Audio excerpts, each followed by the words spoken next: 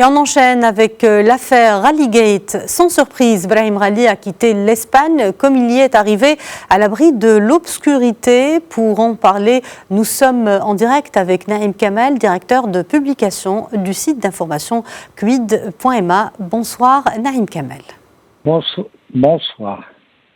Alors l'interrogatoire du dénommé Brahim Rally par l'audience nationale suffit-il à mettre un terme à la tension diplomatique entre le Maroc et l'Espagne qui a commencé avec son accueil frauduleux sur le territoire espagnol? Absolument pas. Absolument pas. Ça ne fait en vérité que commencer. Mais ce qu'il faut d'abord retenir, c'est que son long interrogatoire, même en visioconférence, même s'il a constitué une entorse à la procédure judiciaire en Espagne, constitue et a été vécu comme une profonde humiliation. Je vous dirai tout à l'heure pourquoi, par celui, Brahim Rally ou Mohamed Ben Battouche plutôt, parce que c'est un citoyen algérien, qui a toujours trouvé en Espagne gîte, abri et gîte, couvert et service après-vente. Brahim Rally a bien sûr nié les faits reprochés et le juge d'instruction espagnol afin de le croire. Et il a choisi de le laisser libre, ce qui lui demandant juste de laisser une adresse et un téléphone. Et on imagine que c'est bien sûr l'ambassade d'Algérie dont il est question ici. De cette manière, Madrid a essayé piteusement de sauver la face. Mais c'est peine perdue. Ce qui vient de se passer restera comme une tache indélébile au fronton de ce qu'on appelle la démocratie espagnole et de sa justice.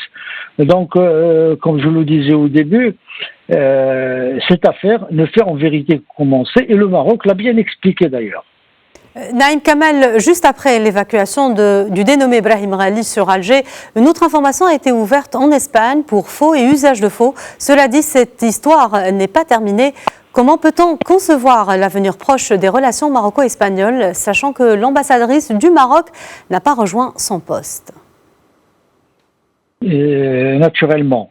Il ne le rejoindrait pas de sitôt, je crois, parce que, comme je vous l'ai dit tout à l'heure, c'est une affaire qui ne fait que commencer et qui va continuer à avoir des répliques telluriques, politico-telluriques, en Espagne même. C'est-à-dire, on l'a vu que une autre information a été ouverte contre Rally pour faux et usage de faux, mais qui concerne essentiellement le gouvernement espagnol, qui s'est rendu, pour le moins, complice de cette affaire.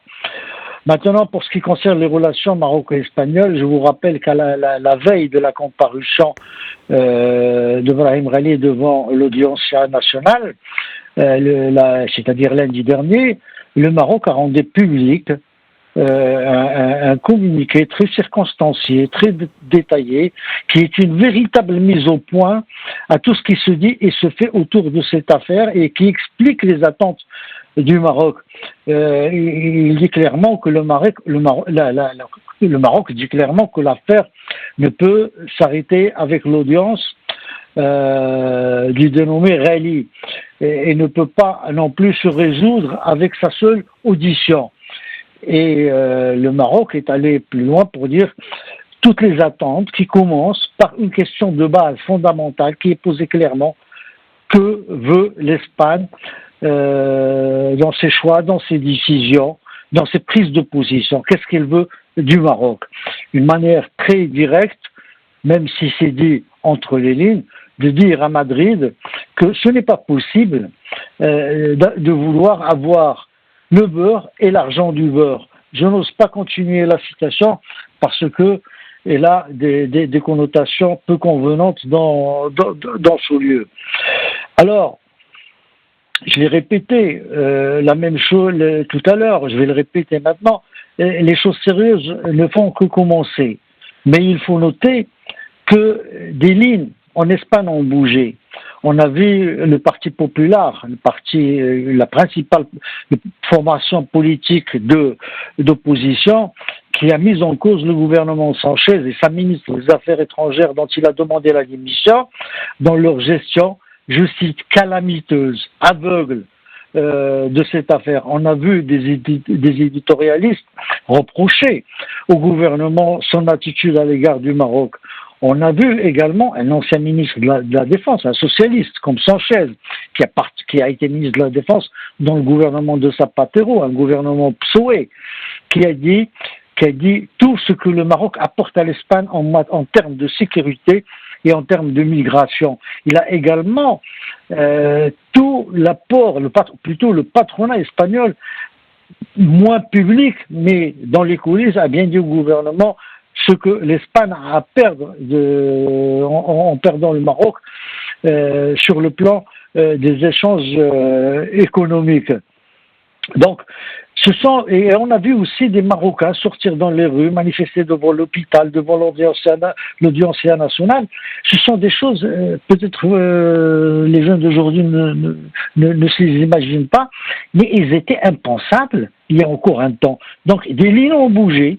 Cette affaire va donner à réfléchir, mais d'ailleurs, l'attitude finale espagnole n'a pas beaucoup plu à Alger non plus, parce que quand Abdelmajid Tebboune et son général Chengrihas se sont rendus à l'hôpital pour rendre visite au postiche, au président postiche, ils lui ont dit on va tout de même remercier l'Espagne malgré tout sur son acceptation au début. Donc ils n'ont pas été heureux ni dans le bonheur de la façon dont s'est déroulée cette affaire et de son issue. Il ne faut pas l'oublier qu'il y a un avion militaire qui a été renvoyé chez lui et que les choses commencent à compter. Maintenant, je vous l'ai dit, les choses ne font qu'en commencer. Ça va être dur, ça va être long, ça ne va pas être facile, mais il faut tenir. Naïm Kamel, merci pour cet éclairage. Je rappelle que vous êtes directeur de publication du site d'information quid.ma.